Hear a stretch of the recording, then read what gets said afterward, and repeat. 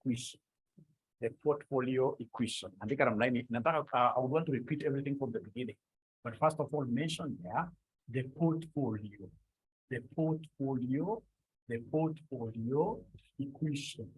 The portfolio equation. The portfolio equation. The portfolio equation. The portfolio equation.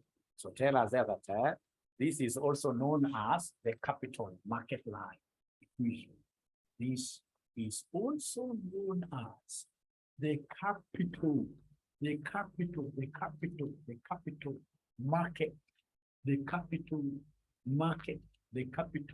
market line equation. The capital market line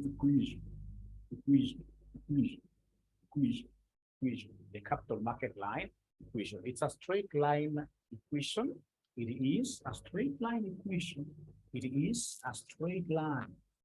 A straight line equation that uses business risk, to bracket here measured by standard deviation, it uses business risk measured by standard deviation to determine the required rate of return. To determine the required rate of return of portfolios. To determine the required rate of return of portfolios. So it's a straight line equation that uses business risk. Business risk is normally measured using standard deviation to determine the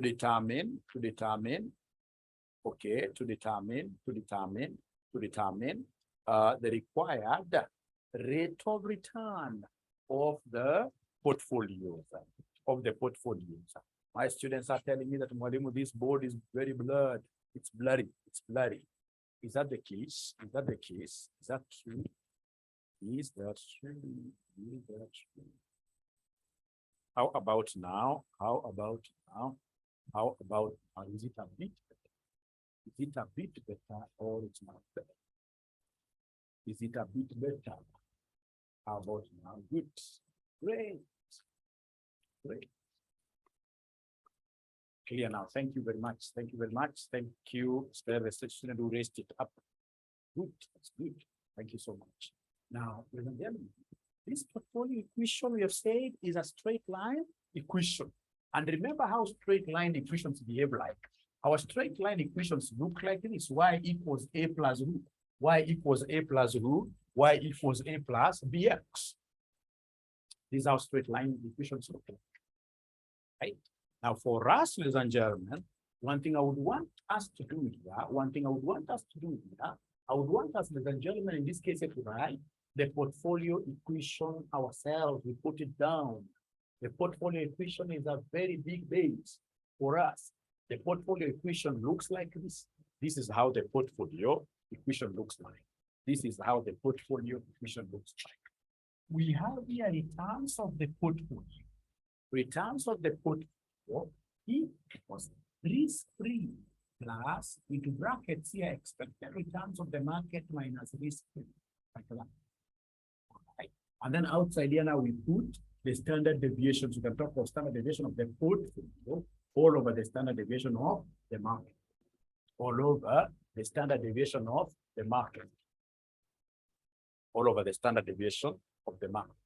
So of course, A is the intercept. For us, A is the risk-free rate of return. So this is a very important. You can see we have some gradient here. We bring this, it gives you a very good formula. We call it the portfolio equation. Abracadabra. We are saying that this RP is a required portfolio return. We have RF. RF is the risk-free. Rate of return. Then we have this is the standard deviation of the portfolio. The standard deviation of the portfolio standard deviation of the portfolio. And then we have the last one, which is the standard deviation of the market. The last one is the standard deviation of the market. The last one is the standard deviation. The standard deviation of the market is the standard deviation of the market. The standard deviation of the market. Standard deviation of the market. Now, are you able to confirm whether you guys have been able to write up to here? Please confirm whether you guys have been able to write up to here. Please confirm whether you have been able to write up to here. Thank you very much. Thank you very much. Later on, we shall see us giving this that is in the bracket some special name. We shall call it what here? The premium. Or now call it just or market premium. We shall be calling it a market premium. We shall be calling it a market premium. Whatever that is in brackets here, when you subtract the market return minus risk free, right? You're getting that excess. That is what we are calling the market premium. The market premium. Now, ladies and gentlemen, I would want you to do me a favor. Let's write down an example here. Let's write down an example here. We are finished writing that. I would want us to put down an example. So we have two securities. We have in this case here Rx in form of percentage, and then we have got Rm in form of percentage there. And then they have given us the three states of nature. We have A, B, C. Then we have their probabilities, 0.3, 0.2, 0.5. In terms of X, we have 12, we have 16, we have 15 there. 15 years. And then here for the market, we have 18, we have 21, we have 22, like that. All right, all right, all right, all right. So we are required, ladies and gentlemen, to do very simple things here. We are required, number one, to get ERX. Number two, they want us to give them ERM. Number three, they want us to give them the standard deviation of X. Number four, we give them the standard deviation of the portfolio, give them the standard deviation of the portfolio, give them the standard deviation of the portfolio. And then number five, lastly, if RF equals 4%, determine required return, required portfolio return. The portfolio return, determine the portfolio return, required portfolio return using CML equation, using CML equation, and then lastly here 6 here, ascertain the Jensen's alpha value, the Jensen's alpha value, ascertain the Jensen's alpha value, ascertain the Jensen's alpha value, ascertain the Jensen's alpha value, ascertain the Jensen's alpha value. The whole of Nairobi town does not have electricity. Nairobi CBD does not have electricity. You guys have electricity in your homes. You have electricity, you have electricity, you have electricity. You have electricity in your homes. You have electricity in your homes. Kisi, yes. Kisumu, Europe, yes. I don't have power the whole day. The whole day. The whole day. Yes, Imara, we have great. Great. So there is a student who has asked here, very important, yes, how could I forget this? ERM stands for expected market returns. ERM, fix it somewhere there. ERM stands for expected market returns. Loitokto, wow. Loitokto, wow. Embu, hey, you guys are coming from all over. Kapsabet, wow, okay. I know Kapsabet, there is an icon there called Kapsabet Boards. That's what we know outside here. Kapsabet Boards. Along Naivasha Road there. Great, great. So I would want us to start right away with this ERX and the ERM. This should be a straightforward thing. This should be a straightforward thing. All of us should be able to get this ERX and ERM. Please give me answers. Please give me answers. ERX and ERM. I want to get answers. ERX stands for expected return of X. expected return of X, expected return of X, expected return of X, expected return of X, expected return of X. These, and I will be able to get it very fast because I know when they talk of expected, I'll do what David told me. It is tata plus tata plus tata. Expected means average. So in this case here, we are taking 12 times 0.3 plus 16 times 0.2 plus we have 15 times 0.5. You kindly give me an answer there. You kindly give me an answer there. Jacqueline Nafula, Jacqueline again. Jakechola, 14.3. Thank you very much. 14.3.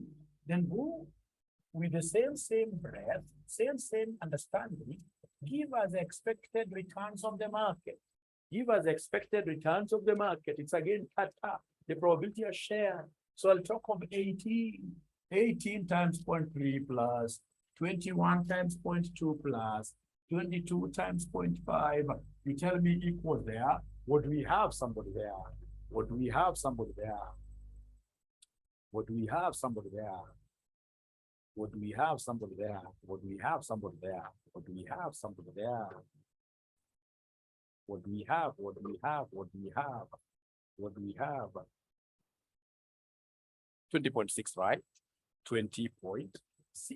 Abracadabra, 20.6. Thank you so much. Now, after that, I would want you guys to do me a favor. Give us these measures of spread. They are called measures of spread, standard deviation. So we have here the standard deviation of X. Standard deviation of X. Is there somebody again? Please don't get tired with me. Keep on reminding ourselves severally. Are you able to write down the formula of standard deviation of X yourself? Standard deviation of X yourself. Standard deviation of X yourself. Are you able to write the formula? Standard deviation of X yourself. Are you able to write down the formula? Are you able to write down the formula? Are you able to write down the formula? Are you able to write down the formula? Akuba, I would want to see you speaking. Agnes, there's a student who is calling himself here AFM. I would want you to be calling yourselves here by your names. By your names. Must call, must know your name. You need to know how to name yourselves. Right? So standard deviation of X. So formula provided, we have mentioned the word standard deviation. I know it is a disparity, the difference. So it is Rx minus ERX. And then we come and put what here in terms of sum of squares times probability. And then at the end of the day, we have the square like that. Great, great. So then, ladies and gentlemen, what do I need to do? It's very easy. What I need to do is very easy. What I need to do here is very easy. I need to come and arrange my values downwards. So we have here 12, 16, 15. We say minus. What do you know about expected returns? Expected returns do not keep on fluctuating. Expected returns will always be the same. Like now you told me that the expected return of X is 14.3. So we have here 14.3, 14.3, 14.3, 14.3 like that. Expected returns don't keep on changing. They don't fluctuate. Regardless of the situation. Expected return must always be the same. Expected return must always be the same. So then we'll come and put squares here, squares times their own probabilities. Their own probabilities, we have 0.3, we have 0.2 here, we have 0.5 here, like that. So please come and open brackets. Open brackets, we have 12 minus this. Close square times 0.3. Please give me a figure to write there. Please give me a figure to write here. Please give me a figure to write here. Please give me a figure to write here.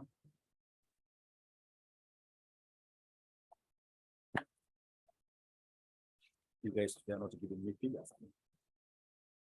Am I too fast for you? I'll be very happy to say I'm fast for you now.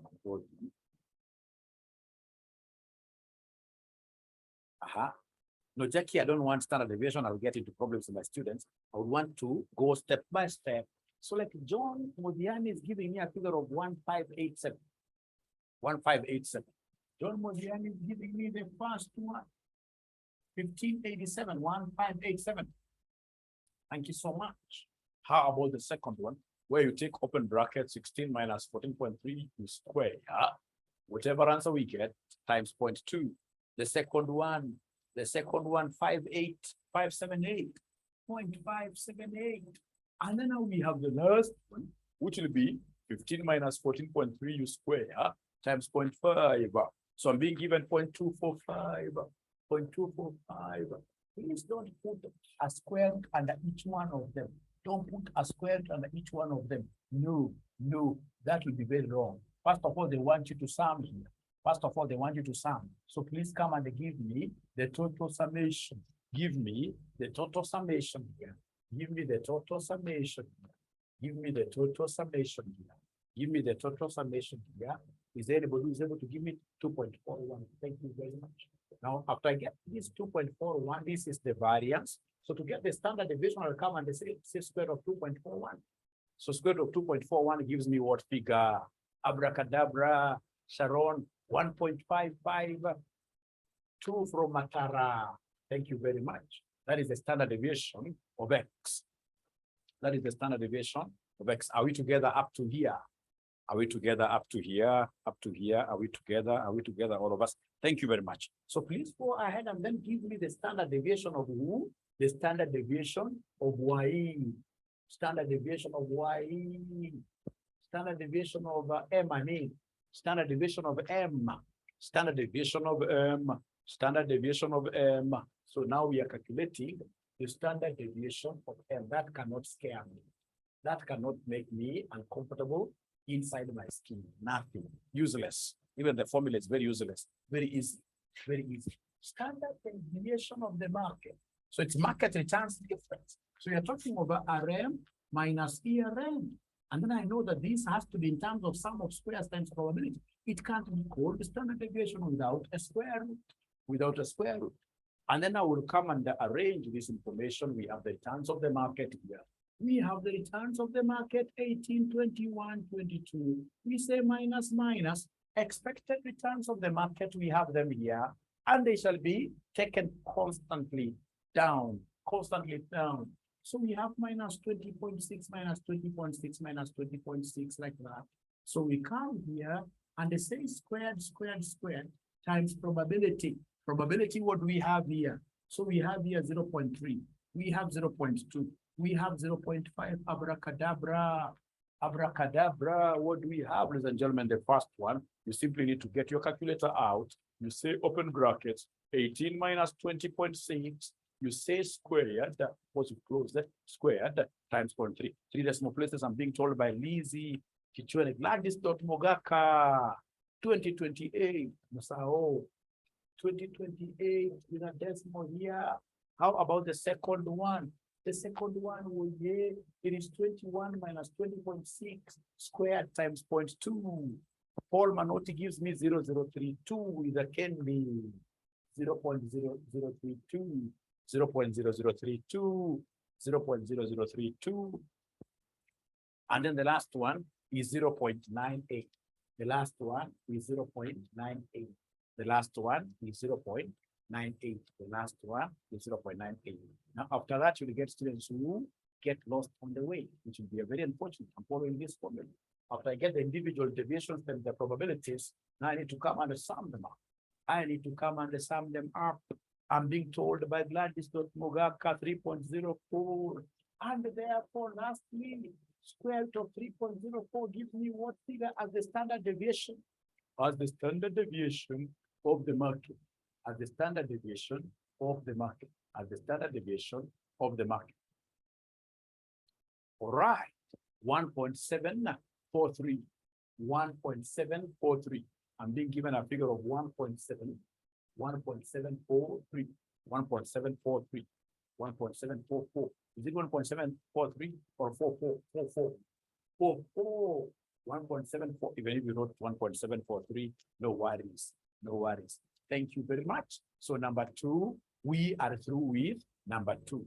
We are through with number 2. Great. Now we go to number 3. Number 3 is the gist of today's class. Number 3 is the most important one. Number three, what was number 3 asking about? Can I remember? Or we have done up to number 4. I think we have done up to number 4. Right? Now we go to number 5. All right. Can we go to number 5 now? It's number 5, I suppose. It's number 5. So number 5 now they want us to use the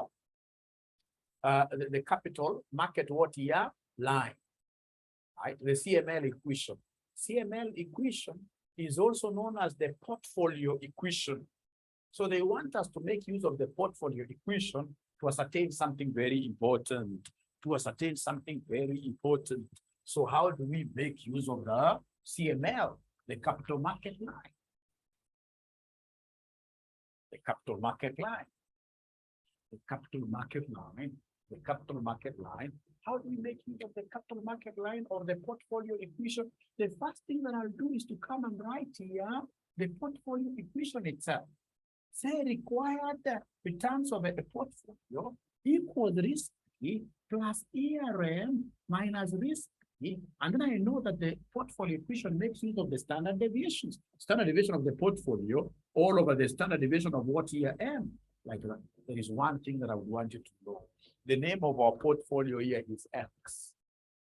The name of our portfolio here is X. The name of our portfolio is X. The name of our portfolio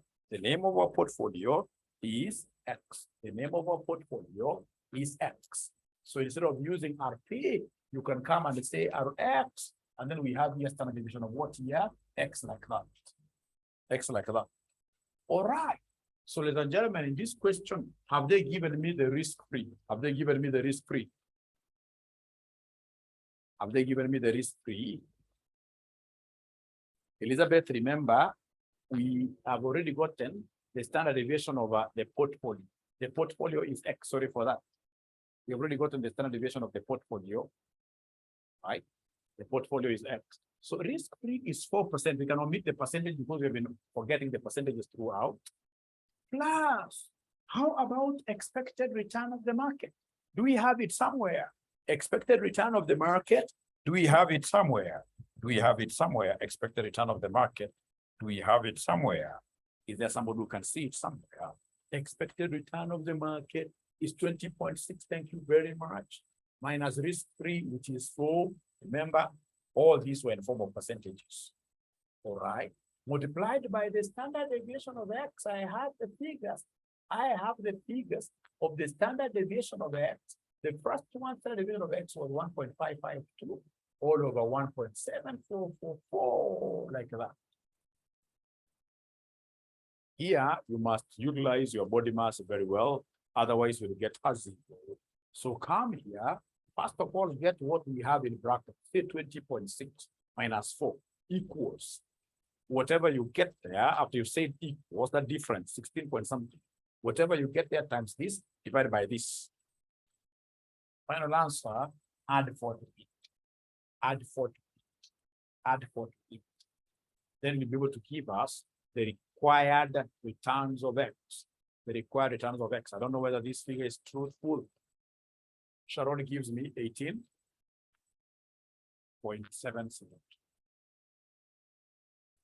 Great. 7677. Great. Thank you so much. So any investor who goes for portfolio X, then we'll need what here? This return. We need this return. We need that return. We need that return. That is a required return of portfolio X. So basically what we are required to do there is to memorize the portfolio equation. Is to memorize the portfolio equation. Great. After that, we go to the very last one. So the very last one is very interesting. The very last one is very interesting. The very last one, named after the gentleman who discovered it, it's called Jensen's alpha value. Jensen's alpha value. So we are calling it here the Jensen's alpha value. Alpha value, alpha value. So this is a profitability index. It is a profitability index. This is a profitability index. And how do we get this Jensen's alpha value? The Jensen's alpha value of any security or of any portfolio of any portfolio, you will simply come and give us the expected returns of the portfolio minus, in this case here, the required, you can call it CML, the CML returns of the portfolio. The CML returns of the portfolio. CML, the capital market line, the one that we've just obtained here, this 18.77. CML, returns of the portfolio. So remember, the name of our portfolio is X in this question. So then this will be equal to ERX minus the CML returns of X. CML returns of X.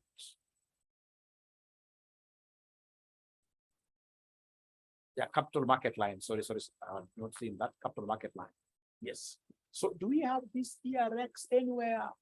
Do we have this ERX anywhere? Is there somebody who is able to see ERX?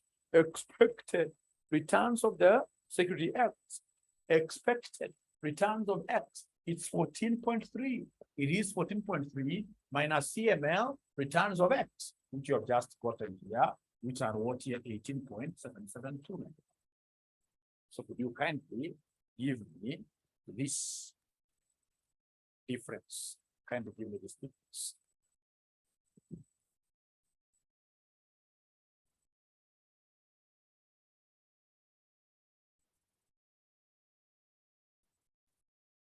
Minus 4.472. Minus 4.472. Meaning that the security is a loss-making security. It's a loss-making security. It's an inefficient security. Any loss-making would be called inefficient security. Will be called inefficient security. Be called inefficient security. Loss-making. The investors have come wanting this, but the security can only provide 14.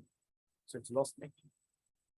And any loss-making, as we shall be seeing later on, any loss-making security will be called what? Inefficient. And of course, we shall tell investors to shy away from it, to shy away from it. So that is the end of that question. That is the end of that question. Could you kindly ask questions now?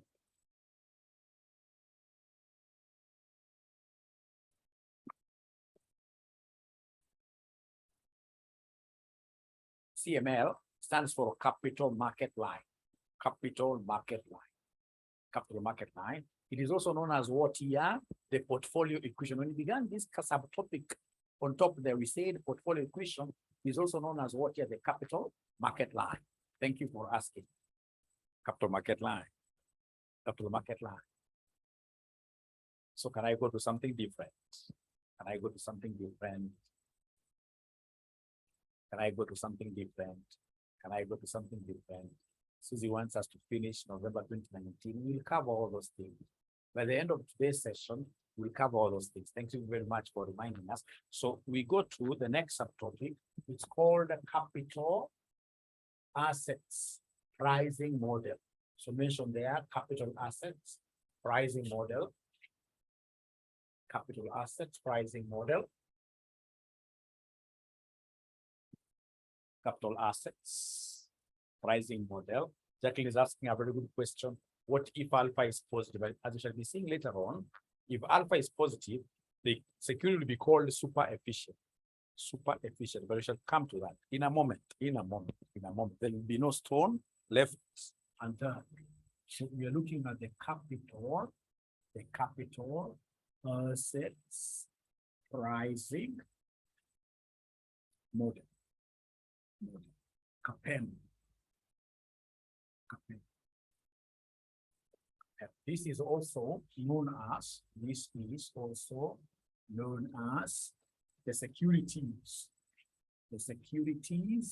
market line. SMM is also known as the securities market line. It's also known as the securities market line.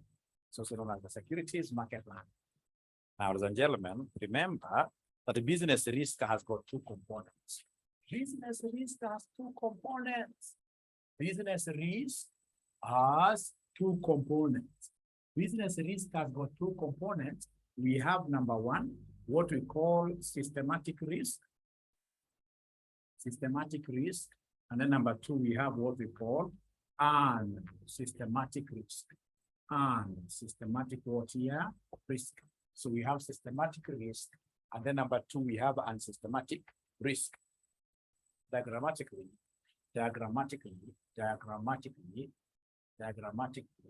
So diagrammatically, this is what we have. Looks like this. Looks like this. Looks like this. So the gentlemen, this component of risk that now will be constant throughout is what we call systematic risk. Is what we call systematic risk. This is what we call unsystematic risk. This is what we call unsystematic risk. Unsystematic what here? Risk. Unsystematic risk. I'll label the axes, but I'll label them after you guys have confirmed that you have drawn this. Once you finish drawing this, put your thumbs up like this. Say yes. You can also, in this case, here, use the punch. Okay. So once you finish putting up, great. So then we have two components of business risk. We have, ladies and gentlemen, what we call unsystematic risk and what we call systematic what here? Systematic risk. Great, thank you very much. So what I would want you to come and do is to label this nicely. This right here, business risk, right here, business risk, and then right here, portfolio size, portfolio size. So here we have the business risk, and here we have the portfolio size. Now, then, listen. As the size of our portfolio increases,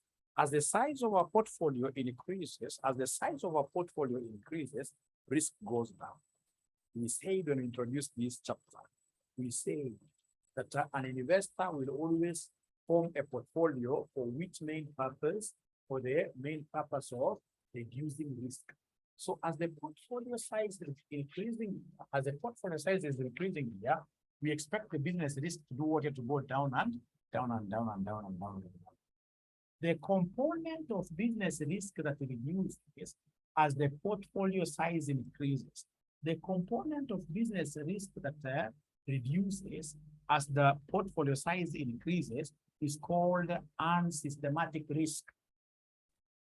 It's called unsystematic risk. So please write there down for us that unsystematic risk is the component of business risk that fluctuates. Unsystematic risk is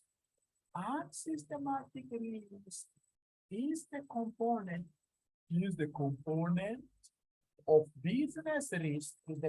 of business risk, that fluctuates.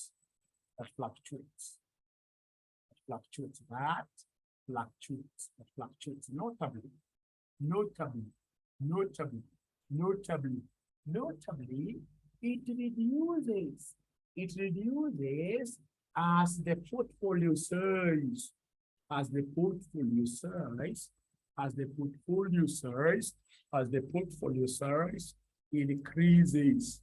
As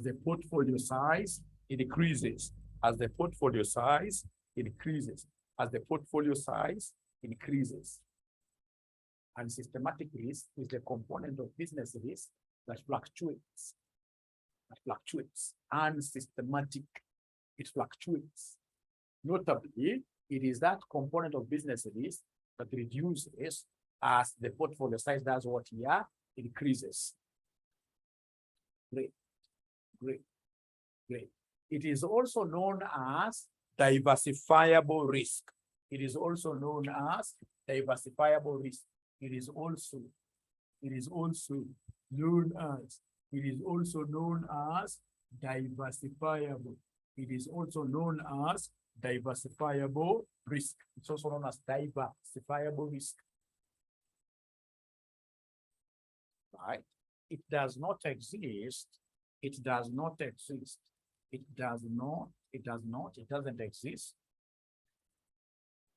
in all industries, in all industries, in all industries of an economy, of an economy, and therefore, and as such, and as such, and as such, and as such, it is avoidable. It is avoidable. And as such, it is what here? It is avoidable. It is avoidable. It does not exist in all industries of an economy. And as such, it is avoidable. For example, foreign exchange risk.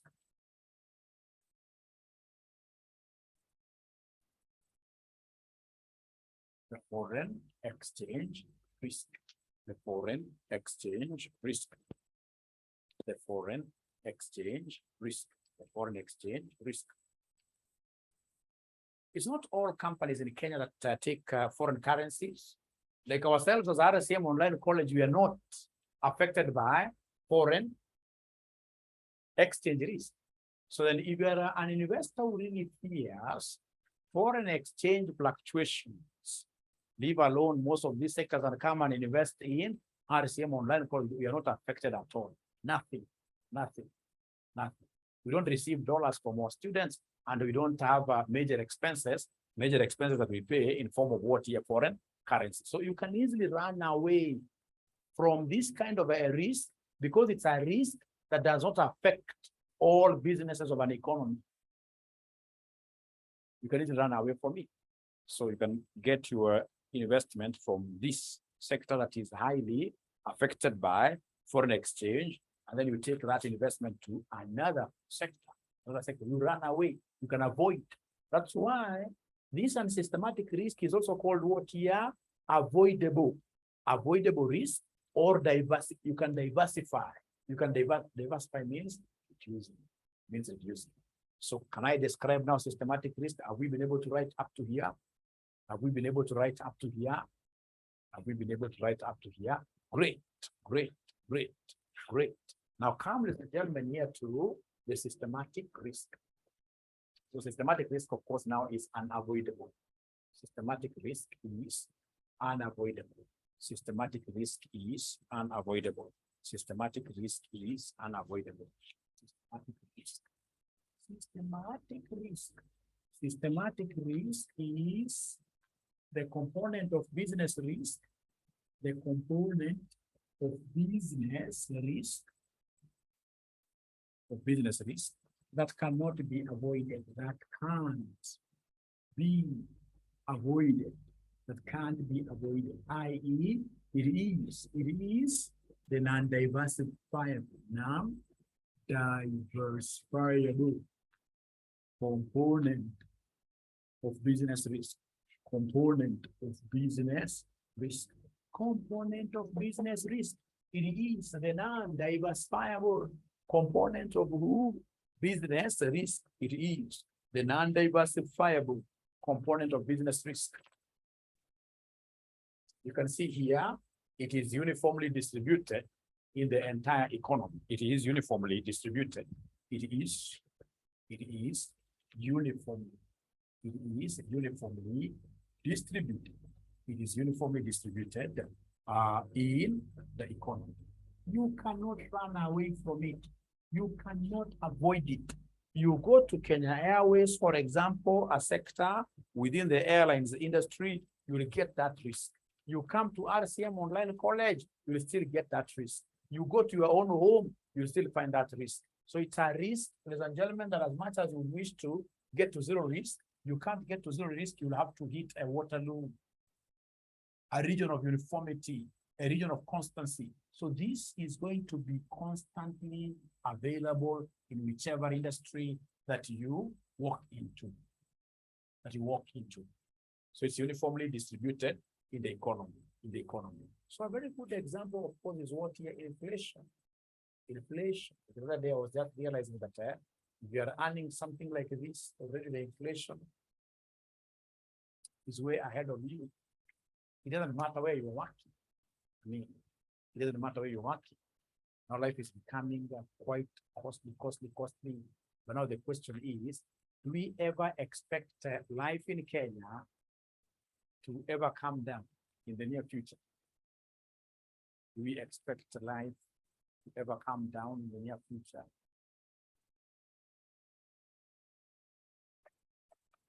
Never. Never be cheated. We are going to the first one. Kenya is a mean. Kenya is so high up there. Kenya is so high up there. So for you to be able to get these capital goods like good major infrastructural roads, etc., etc., we have to pay these two taxes, etc., etc. So we expect, or Julius Mutua says in 3 months' time, never, never. So it's even beyond the politics, trust you.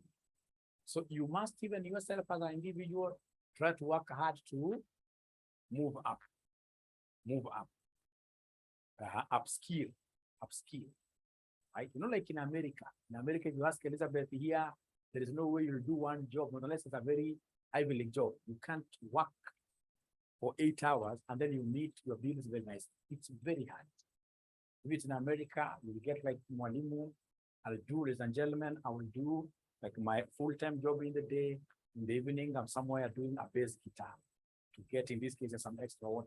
That is where we are heading to. Look at even mwalimu here. I have a full-time job during the day, and then in the evening, I'm doing a side hustle, like now what I'm doing here. That's where we are headed towards. There is no way you will come tell me that life will ever be what here. No, it cannot be within 100 days. But that is politics, trust you. That's politics. That's politics. Since in this case here, they took over. Look at the dollar. Right now, the dollar is trading at how much? The dollar, who knows how much is the dollar trading at? 100 days are almost over. Yeah, 121, 123. All right. You don't expect with all those promises, like policeman salary 50%, very good. So you don't expect real life to ever come what here, come down. So it's you, it is you, it is you, it is you and myself who have to work very hard to ensure that we really go up economically. It doesn't matter, even if it is Wajakoya 1 elections. What I'm saying, ladies and gentlemen, is that Kenya, in terms of investment, we have done so much. We must really do what here, support. We must support. We must support. For those of you who have ever gone outside Kenya, like to Scotland, etc., you know how expensive life is outside there. Outside there. That is what we call social capitalism. That's what we call the bottom up. Like, you know, in countries like Sweden, if you're very poor, you don't have a job and you're over 21 years. Every end month, you must go and queue somewhere and you're given some money. That's where now we're heading towards, right? So you must be taxed heavily to take care of what you have, take care of some people. And now, unfortunately, as I get back to my teaching, Africa, alcoholism is taking over, right? So you get out, at the end of the day, we will be having a big number to support, but we shall overcome. Kenya is a good country. We are overcoming. We are overcoming.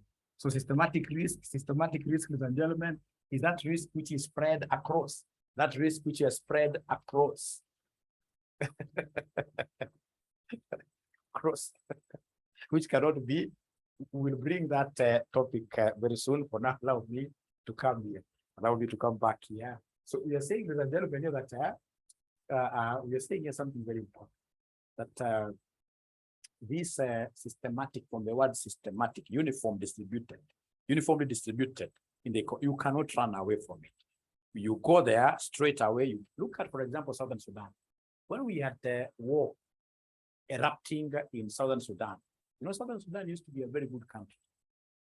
Some 8-10 years ago, Southern Sudan used to be a beautiful country. Right? Their Southern Sudanese, my home will tell you, their Southern Sudanese pound had big value than even the Kenya shilling, right? So some slight tension here and there. What happened to our great sister country here? We had all sectors of the economy being affected. Equity Bank closed temporarily. Hotels closed, right? So what am I trying to, there are those risks, and gentlemen, if they come, they cut across. There is no industry that will be spared. And that risk that cuts across all businesses in an economy then that risk is what we are calling what here, see, systematic. That risk is what we are calling systematic. Is what we are calling systematic risk. Like you can see 2012 USD, 1 USD was 3.16 Southern Sudanese pound, 3.16. Imagine. Yeah, inflation is a very good example. Look at a country like Zimbabwe.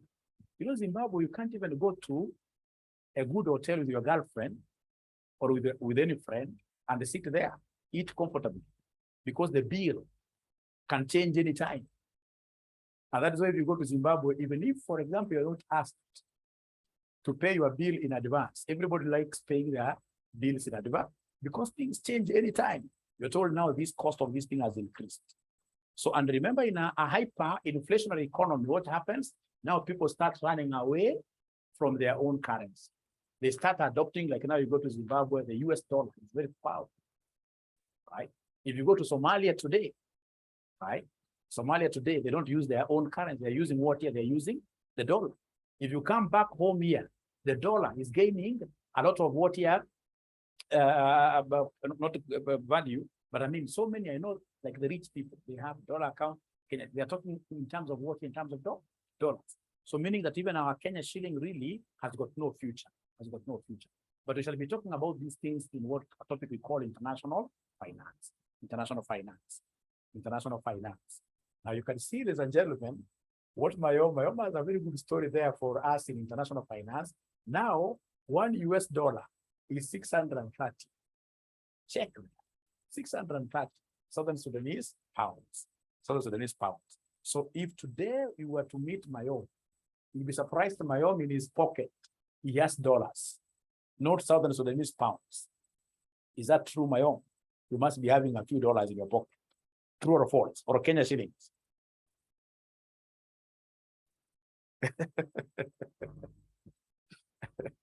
That's what we shall be defining. Under a super or a hyper inflationary economy, people run away. People run away from their own currency. Great. Thank you so much. Now, ladies and gentlemen, please listen and listen to me very well. Now, we want us to write this as a note there.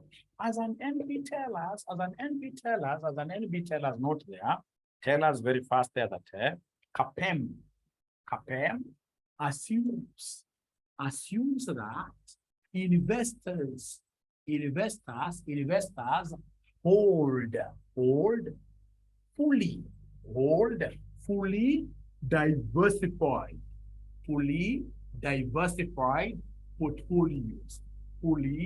diversified portfolios. CPA assumes that investors hold fully diversified portfolios. CPA assumes that investors hold fully diversified portfolios, full stop. Tell us there that these are portfolios without unsystematic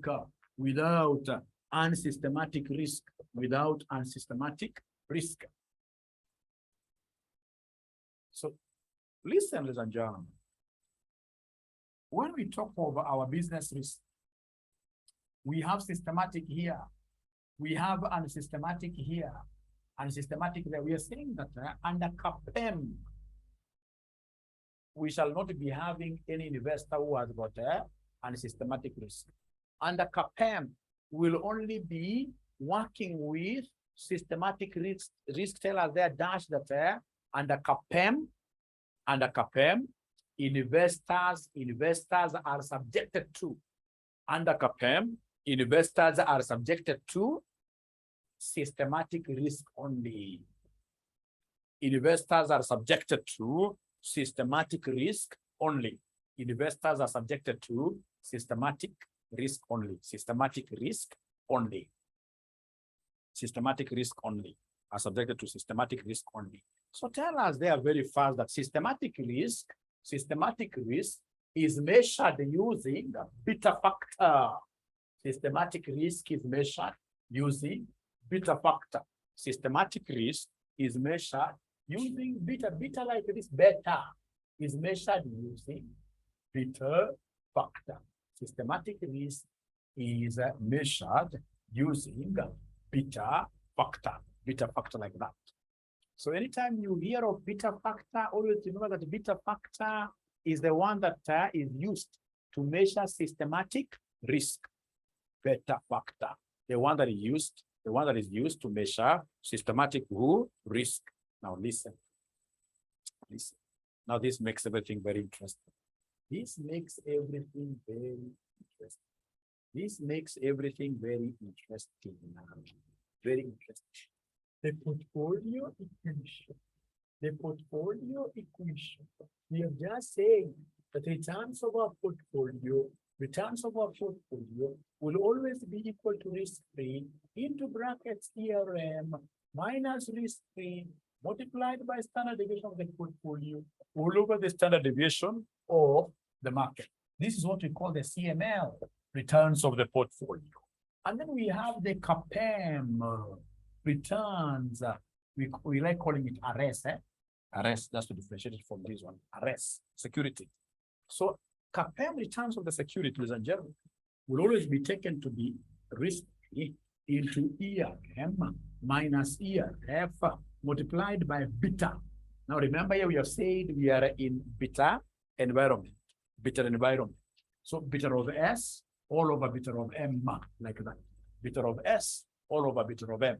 So is it possible, ladies and gentlemen, for you to write these two equations down? Is it possible for you to write these two equations down? And if possible, please highlight them using a yellow highlighter.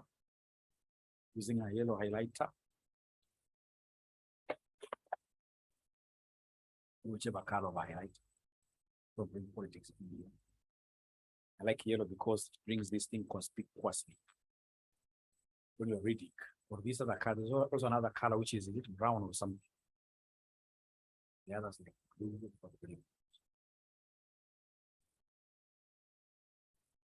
When you open your book, you're able to see some conspicuously brought out points. Whichever color which works for you, need the worst of them all is where you get now students writing this in red, they are highlighting. You need a highlighter. So is there somebody who has been able to write up to here? Is there somebody who has been able to write up to here? Written up to here? Yes. Thank you so much. Great. Now there is something that I would want you to know here. That beta of the market, what we are calling BM, is always equal to 1. Beta of the market is always equal to 1. Beta of the market is always equal to 1. And therefore,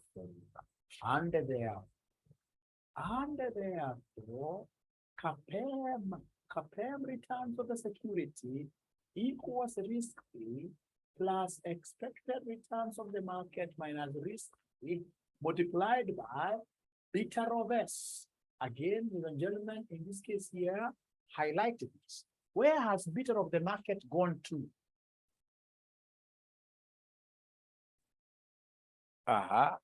Adjust the mic. What do you mean? The mic is very good. Unless it has got a problem. Maybe I need to shout much better. Much than this. How about now? Are you able to hear Mwalimu? Are you able to hear Mwalimu? How about now? We do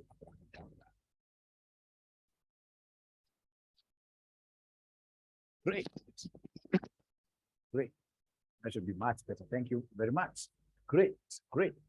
So, ladies and gentlemen, here we have our CAPM. Remember, beta market is 1. So this is a very important formula that I would want to sell to you here today. So mention there, illustration. Mention illustration. So illustration, ladies and gentlemen, I would want us to look at these two securities. We have RS, we have RM in form of percentages. So we have our probabilities. We have 0.5, 0.3, 0.2, Here we have 10, 12, 18. Here we have 19, 22, 24 like that, 24 like that. And then we are given additional information, additional info. Additional info is that RF is 10%. RF is 10%. And then we are required to calculate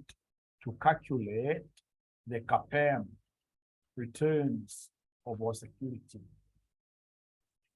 CAPM returns of our security. We are required to calculate CAPM returns of our security. This is RS in form of percentage, RM in form of percentage. So the low-hanging fruits give us ERS and ERM. Give us ERS and ERM. Give us ERS and ERM. Give us ERS and ERM. And then you give us standard deviation of the market. Those three things. Those three things. So what I want us to do here, those three things, give me ERS, ERM, and the standard deviation of the market. Those three things as part of your classwork. As part of your classwork. As part of your classwork.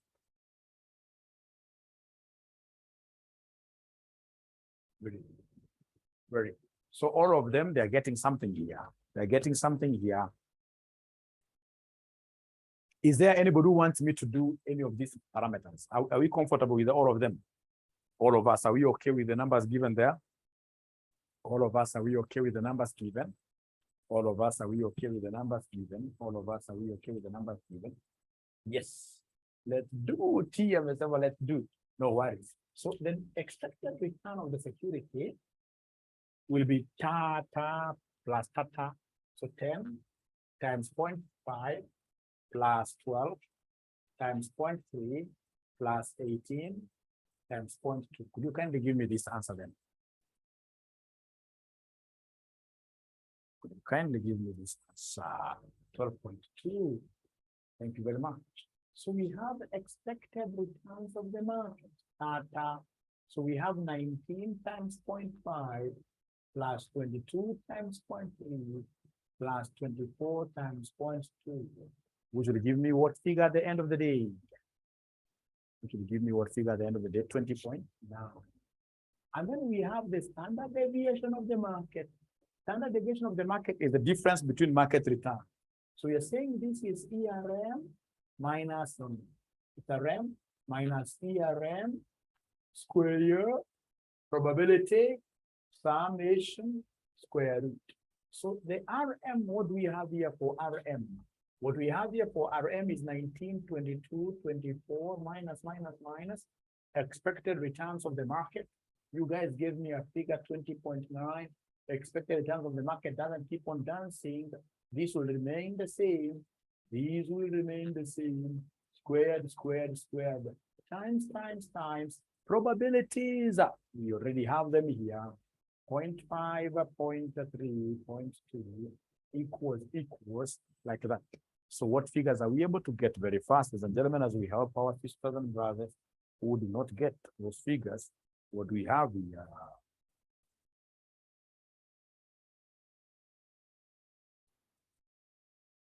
Great. So the first one I'm being told is 18. The first one I'm being told is 18.03, 05, eh? 05 with a decimal there. The second one, how about the second one? 0.363. Thank you very much. The third one, the last one, 1922, the year that I was born, with a decimal there. So please give me the total here. Please give me the total there. Please give me the total there. 4.09. Thank you very much. So then I would want to come and get the square there. The square. 4.09, which gives me 2.02. 2.02. Now the next thing, which is the second last actually, is the covariance. Give me the covariance between S and M. Give me the covariance between S and M. Give me the covariance. Give me the covariance between S and M. Give me the covariance between S and M. The covariance between S and M. The covariance between S and M. So how do we get this covariance? This will be the deviation of S times deviation of M times probability. We sum like that. So deviation of S. Deviation of S, we have returns of S minus expected returns of S. We have returns of M minus expected returns of M. Probability. And then at the end of the day, we sum like that. We sum. Look at that formula. It's a very interesting formula. Deviation of S multiplied by deviation of M times probability. Deviation of S multiplied by deviation of M times probability. So then please come and create a working to help you do this.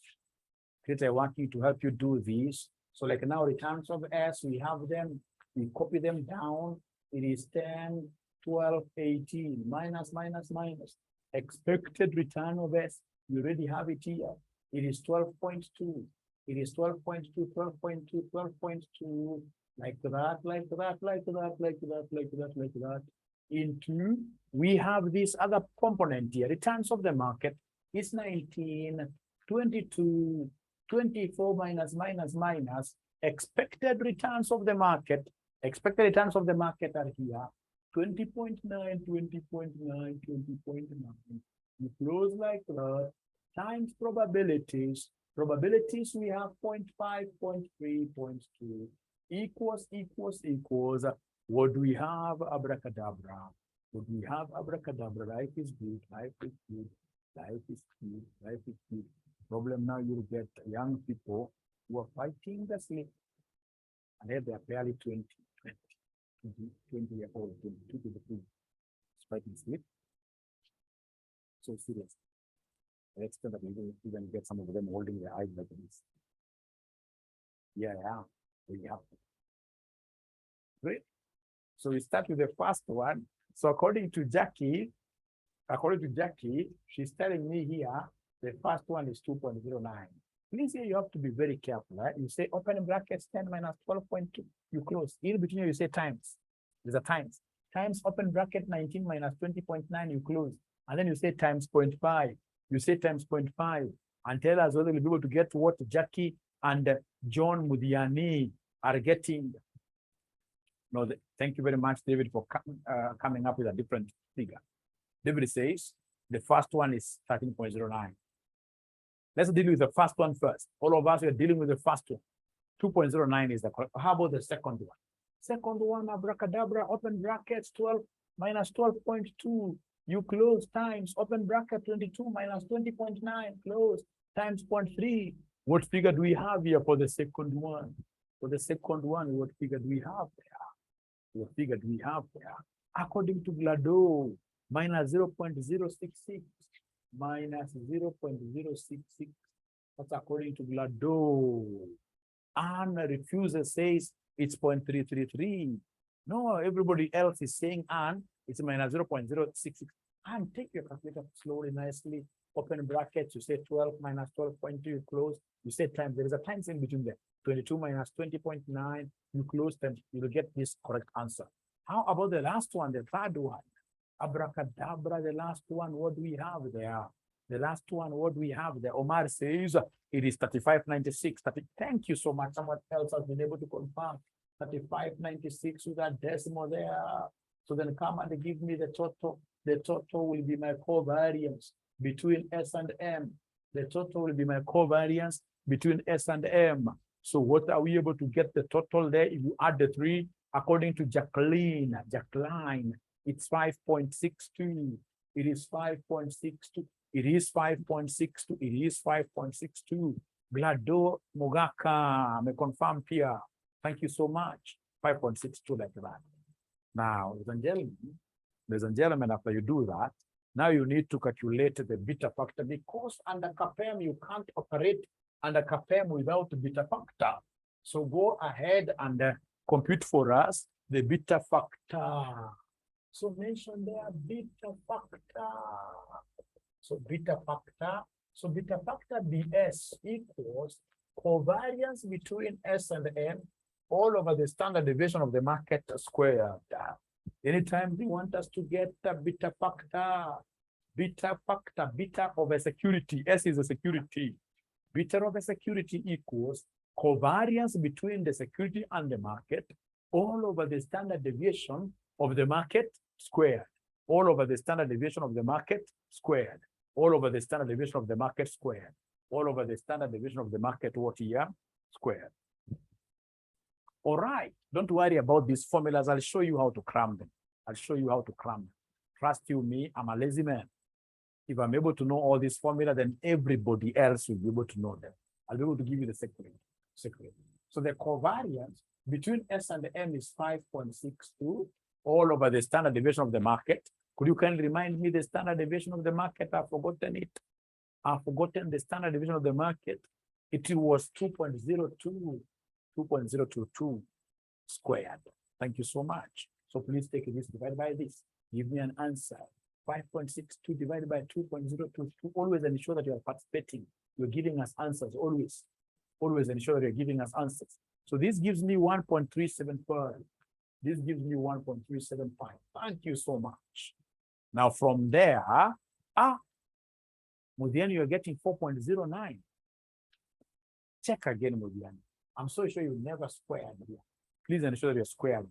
You say 5.62 in your calculator, you divide by 2.022 squared. Thank you so much. At least you've seen your mistake. Thank you so much. Now from there, now we come and ascertain the CPA returns. So now go ahead and give us the CPA returns. Go ahead and give us the CPA returns. How do we get the CPA returns? To get the CPA returns, ladies and gentlemen, to get the CPA returns. This is how we normally do the CPA returns. We start with risk free plus expected return of the market minus risk free multiplied by beta of the security. Beta of the security. CPA returns equals risk free plus ERA minus risk free multiplied by beta of the security. Is there somebody who can remind us what the risk free rate is in this question? It is given. Question, addition 10%. Omit the percentage because even the others are in percentage. Is there somebody who is able to give us the market returns? Is there anybody who is able to give us the market returns? Market returns. Thank you very much, Sharon. 20.9. Market returns. David, thank you very much. 20.9 minus the same 10. The beta of the security is here. It is 1.375. So then this one here will end up giving us what figure? 10 plus into bracket 20 minus 10 close bracket times 1.375.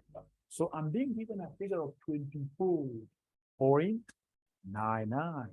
Like 24.99. Correct. Tick. Thank you very much.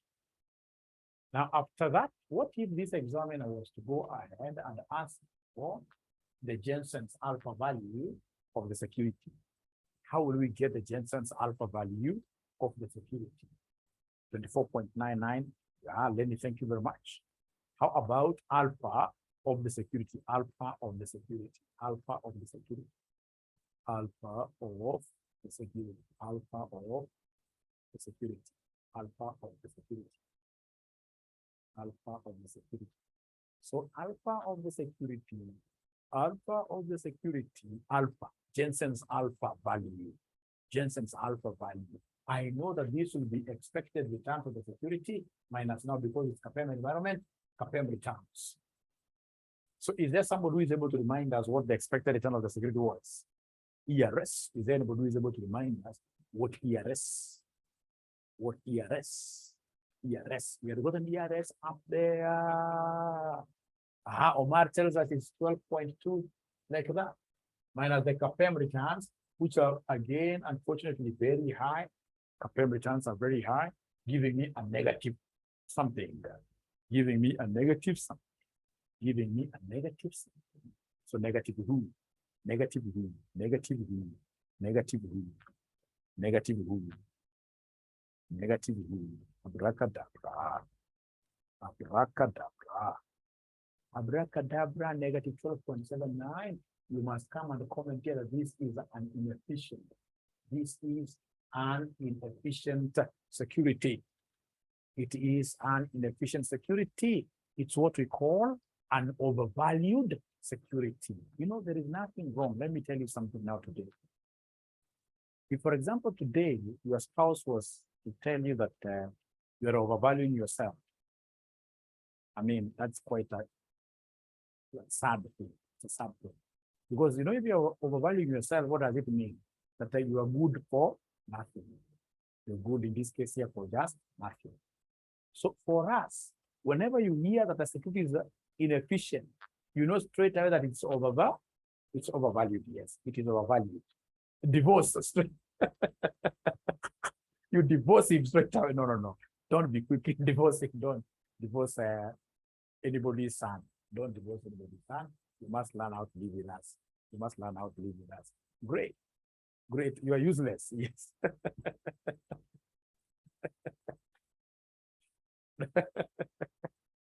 We are overcoming. We are overcoming. Great. So this is it. Now, ladies and gentlemen, I'm going to send you right away here. Before I disappear now, there is something I would want. And again, great. So that is it. Ensure that you finish watching at least the first one to the end. So like now the first one, you'll be able to see where we are talking about portfolio performance measures. How do you measure the portfolio performance using Jensen's value, Jensen's model, the Sharpe's model, the trainer's model. After that, you go to the second one. I'll be able, like now in the second one, you'll be able to see how I'm covering standard deviations, coefficient of correlation in a situation where you're not given probability. So you can imagine like now when we go ahead, you miss like that kind of a concept because you never watched the video. You become, in this case here, disadvantaged. So great. Now, the other thing is